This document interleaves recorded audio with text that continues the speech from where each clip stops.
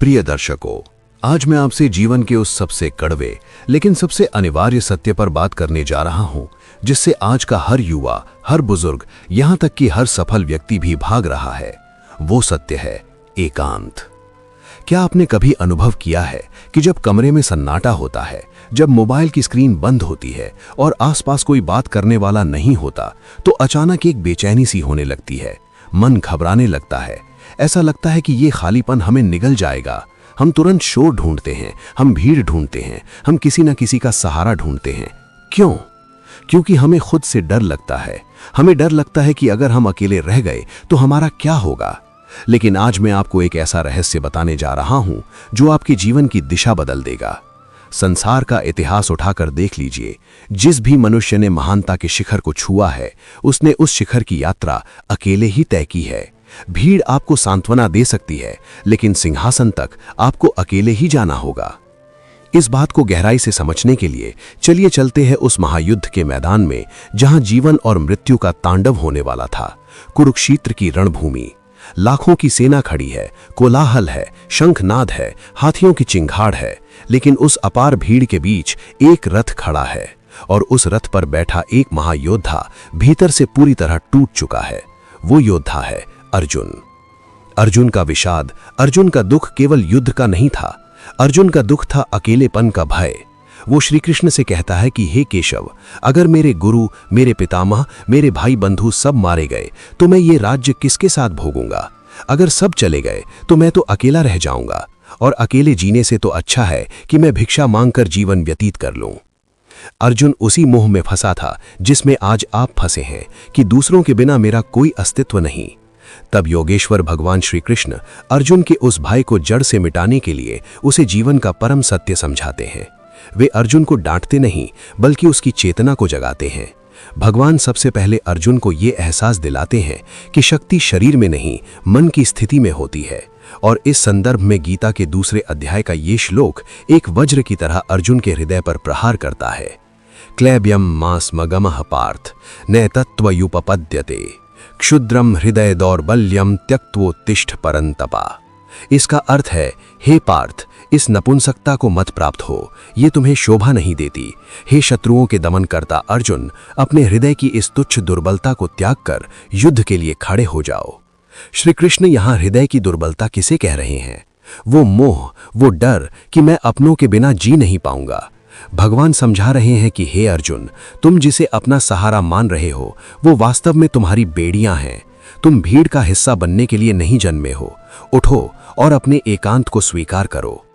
भगवान श्री कृष्ण आगे समझाते हैं कि हे अर्जुन, इस सृष्टि की रचना को देखो। यहाँ जो कुछ भी तेजस्वी है, जो कुछ भी प्रकाशमान है, वो अकेला है। आकाश की ओर देखो, वहां असंख्य तारे हैं, नक्षत्रों के झुंड हैं, लेकिन उन सब के बीच वो सूर्य अकेला खड़ा है। क्या तुमने कभी सूर्य को देखा है कि वो बादलों से विनती करे कि मेरे साथ चलो? क्या तुमने कभी उसे देखा है कि वो चंद्रमा को ढूंढे कि मुझे चमकने के लिए तुम्हारी आवश्यकता है? नहीं पार्थ, सूर्य अकेला है, इसीलिए वो सूर्य है। वो अकेला जलता है, अकेला तपता है, और उसी अकेलेपन की अग्नि से वो पूरे ब्रह्मांड को प्रकाशित करता है। जिस दिन सूर्य ने ये सोच लिया कि मैं अकेला हूं, मैं कैसे चमकूंगा, उस दिन ये समस्त सृष्टि अंधकार में विलीन हो जाएगी। तुम्हारे जीवन का सत्य भी यही है। तुम भी उसी परमात्मा का अंश हो। तुम्हें जलना होगा, और याद रखना, जलने की प्रक्रिया में कोई साथी नहीं होता। तपन अकेले ही सहनी पड़ती है। फिर श्री कृष्ण एक और अद्भुत उदाहरण देते हैं। वे कहते हैं कि हे धनंजय, वन की ओर देखो। वहां भेड़ें और बकरियां हमेशा झुंड में चलती हैं। वे एक दूसरे से सट कर चलती हैं क्योंकि उनके भीतर भय है। उनका अस्तित्व भीड़ पर निर्भर है। यदि एक भेड़ अलग हो जाए तो वो घबराकर प्राण त्याग देती है। लेकिन वनराज सिंह, एक शेर जब शिकार के लिए निकलता है तो क्या वो झुंड ढूंढता है? क्या वो किसी की सहायता की प्रतीक्षा करता है? नहीं, सिंह अकेला निकलता है। उसकी एक दहाड़ सन्नाटे को चीर देती है और पूरे वन को बता देती है कि स्वामी आ गया है। उसे अपनी सामर्थ्य पर इतना विश्वास है कि उसे किसी की आवश्यकता नहीं। श्री कृष्ण पूछते हैं कि तुम्हें क्या बनना है अर्जुन? वो जो भीड़ में सुरक्षित है लेकिन जिसका अपना कोई अस्तित्व नहीं, या वो जो अकेला है जिसका मार्ग कंटकों से भरा है लेकिन जो अपनी आत्मा का राजा है? अकेलेपन का अर्थ ये नहीं है कि कोई आपके पास नहीं है। अकेलेपन का अर्थ है कि अब आपको किसी की आवश्यकता नहीं, अपनी पूर्णता को अनुभव करने के लिए। इस संदर्भ में भगवान श्री कृष्ण गीता के 6 अध्याय में एक अत्यंत महत्वपूर्ण सूत्र देते हैं, जो हर उस व्यक्ति के लिए है जो खुद को कमजोर समझता है। उद्धरेदात्मनात्मानम नात्मानम अवसादयेत आत्मैव ह्यात्मनो बंधुरात्मैव रिपुरात्मनः। जरा ध्यान दीजिए इस बात पर। भगवान कह रहे हैं कि बाहर न कोई तुम्हारा मित्र है, न कोई शत्रु। अगर तुम अकेले में खुद के साथ खुश हो, अगर तुम अपने विचारों को नियंत्रित कर सकते हो, तो तुम अपने सबसे बड़े मित्र हो। लेकिन अगर तुम अकेलेपन से डरते हो, अगर तुम्हारा मन तुम्हें ही डराता है, तो तुम अपने ही सबसे बड़े शत्रु हो। दुनिया तुम्हें बाद में हराती है, पहले तुम खुद से हारते हो। इसलिए बाहर साथी ढूंढने से पहले अपने भीतर के साथी को जगाओ। भगवान आगे जीवन के निर्माण की प्रक्रिया को अंधेरे और एकांत के माध्यम से समझाते हैं। वे उदाहरण देते हैं एक बीज का। कल्पना करो उस बीज की जो एक विशाल वटवृक्ष बनने का स्वप्न देखता है। जब किसान उस बीज को मिट्टी में रोपता है तो क्या होता है? उसे गहरे अंधकार में, मिट्टी के भारी दबाव के नीचे बिल्कुल अकेला छोड़ दिया जाता है। वहां न सूर्य का प्रकाश है, न वायु का स्पर्श, घोर सन्नाटा और घुटन। यदि वो बीज उस समय भयभीत हो जाए, यदि वो सोचे कि हाय मैं यहां अकेला दब गया, यहां कोई मेरा हाल पूछने वाला नहीं है, तो वो बीज वहीं सड़ जाएगा, उसका अस्तित्व समाप्त हो जाएगा। लेकिन वो बीज उस अकेलेपन को तपस्या बना लेता है। वो उस एकांत में स्वयं को तोड़ता है, अपनी जड़ें फैलाता है, संघर्ष करता है। वो जानता है कि उसे ऊपर उठना है, और फिर एक दिन वही नन्हा बीज उस कठोर धरती के सीने को चीरकर बाहर निकलता है और आकाश को छूने वाला वृक्ष बन जाता है। श्री कृष्ण कहते हैं, हे अर्जुन, तुम्हारे जीवन में जब भी ऐसा समय आए, जब तुम्हें लगे कि सबने साथ छोड़ दिया है, जब लगे कि तुम समस्याओं के अंधकार में अकेले दब गए हो, तो स्मरण रखना, ये तुम्हारा अंत नहीं है। ईश्वर ने तुम्हें अकेला इसलिए किया है ताकि तुम अपनी जड़ें मजबूत कर सको। ये तुम्हारे अंकुरित होने का समय है। भीड़ तुम्हें कभी बढ़ने नहीं देगी, लेकिन तुम्हारा एकांत तुम्हें आसमान छूने का अवसर देगा। वृक्ष कभी वन से नहीं पूछता कि मुझे कितना ऊंचा जाना है, वो अपनी क्षमता से बढ़ता है। तुम्हें भी उसी बीज की भांति उस अकेलेपन के गर्भ में अपनी शक्ति को पहचानना होगा।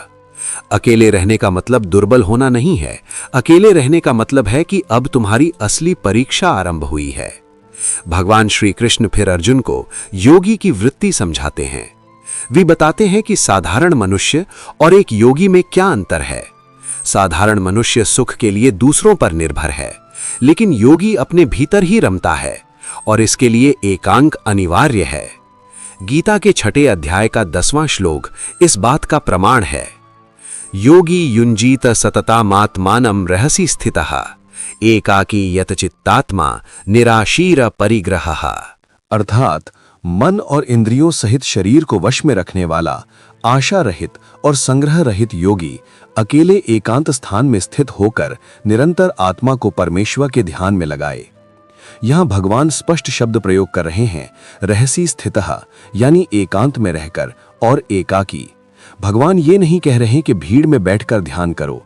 वे कह रहे हैं कि यदि तुम्हें स्वयं को जानना है, यदि तुम्हें उस परम शक्ति से जुड़ना है, तो तुम्हें अकेले होना पड़ेगा। भीड़ केवल शोर मचा सकती है, सत्य का साक्षात्कार तो सन्नाटे में ही होता है। एक नदी का उदाहरण लो। वो पहाड़ की दुर्गम चोटियों से अकेली निकलती है। क्या वो किसी की प्रतीक्षा करती है? बड़ी बड़ी चट्टानें उसका मार्ग रोकती हैं, वो उन्हें काटकर रेत बना देती है। घने वन आते हैं, वो उन्हें चीर कर निकल जाती है। उसे सागर तक जाना है और वो जानती है कि ये यात्रा उसे अकेले ही तय करनी है। जो नदियां दूसरी धाराओं की प्रतीक्षा करती हैं, वे अक्सर सूख जाती हैं या मार्ग भटककर दलदल बन जाती हैं। लेकिन जो नदी अपने वेग में, अपनी धुन में अकेली बहती है, वो निर्मल रहती है, पवित्र रहती है और अंततः सागर में मिलकर विशाल हो जाती है। श्री कृष्ण अर्जुन को झकझोरते हुए कहते हैं, तुम अकेले आए थे पार्थ, और अकेले ही जाओगे। इस जन्म और मृत्यु के बीच के सफर में ये जो मेला लगा है, ये केवल एक भ्रम है, एक पड़ाव है। जब तुम रणभूमि में बाण चलाओगे तो लक्ष्य तुम्हें अकेले साधना होगा। मैं केवल रथ का संचालन कर सकता हूं, लेकिन युद्ध तुम्हें ही करना है। तुम्हारी पीड़ा, तुम्हारा संघर्ष, तुम्हारी विजय, सब कुछ नितांत तुम्हारा है और केवल तुम्हारा। इसे कोई बांट नहीं सकता, और जिसे कोई बांट नहीं सकता उसके लिए किसी का मुख क्यों ताकना। स्वर्ण को देखो, जब उसे शुद्ध कुंदन बनाना होता है तो उसे भयंकर अग्नि में डाला जाता है। क्या उस समय सुनार उसके साथ अग्नि में कूदता है? नहीं, सोना अकेले उस अग्नि की जलन को सहता है। वो जितना तपता है उतनी ही उसकी अशुद्धियां जलकर राख हो जाती हैं और वो शुद्ध होकर चमकता है। ये संसार, ये जन समूह, ये लोगों की वाहवाही, ये सब तुम्हें कच्चा बनाए रखती है।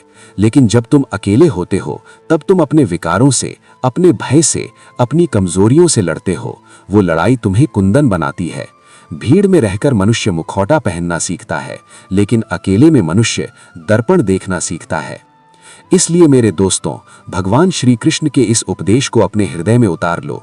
उस समय का स्वागत करो जब तुम अकेले पड़ जाओ। रो मत कि कोई नहीं है, बल्कि मुस्कुराओ कि अब तुम और तुम्हारे निर्माता आमने सामने हैं। अब तुम्हारे निर्माण का कार्य शुरू होगा।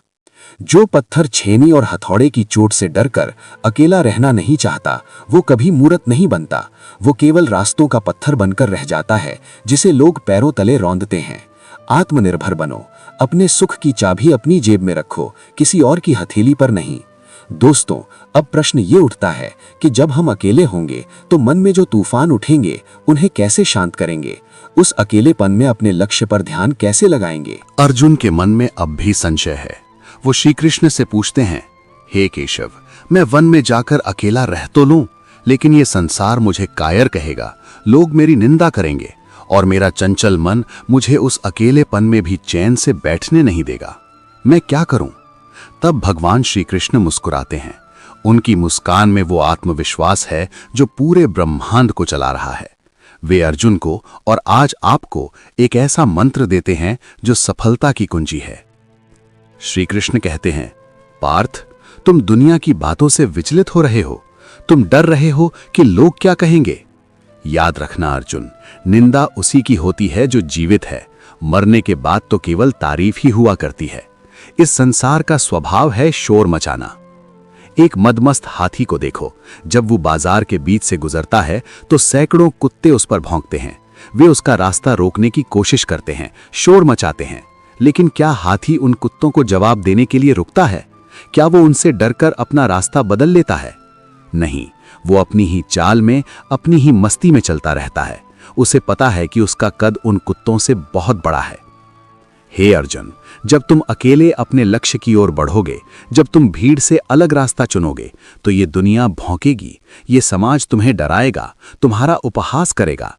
लेकिन तुम्हें उस हाथी की भांति बनना है। बहरे बन जाओ। जब तुम अपने निर्माण में लगे हो तो किसी की आवाज तुम तक नहीं पहुंचनी चाहिए।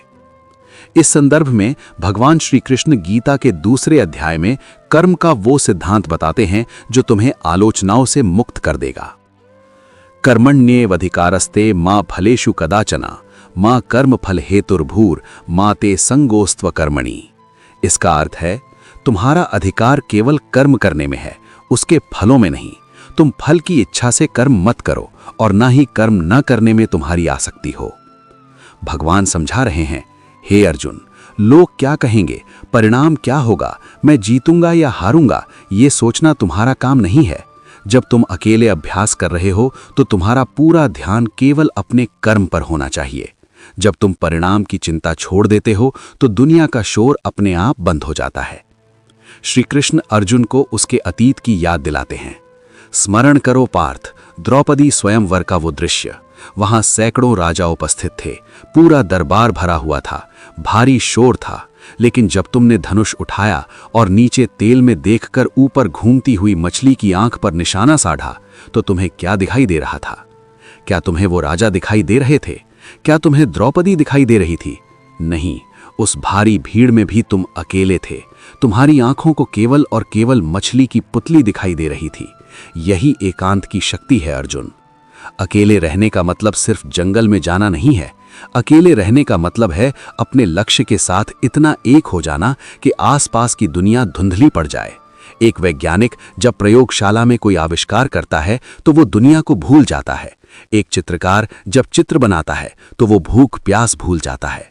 वो एकांत में ही श्रेष्ठता को जन्म देता है।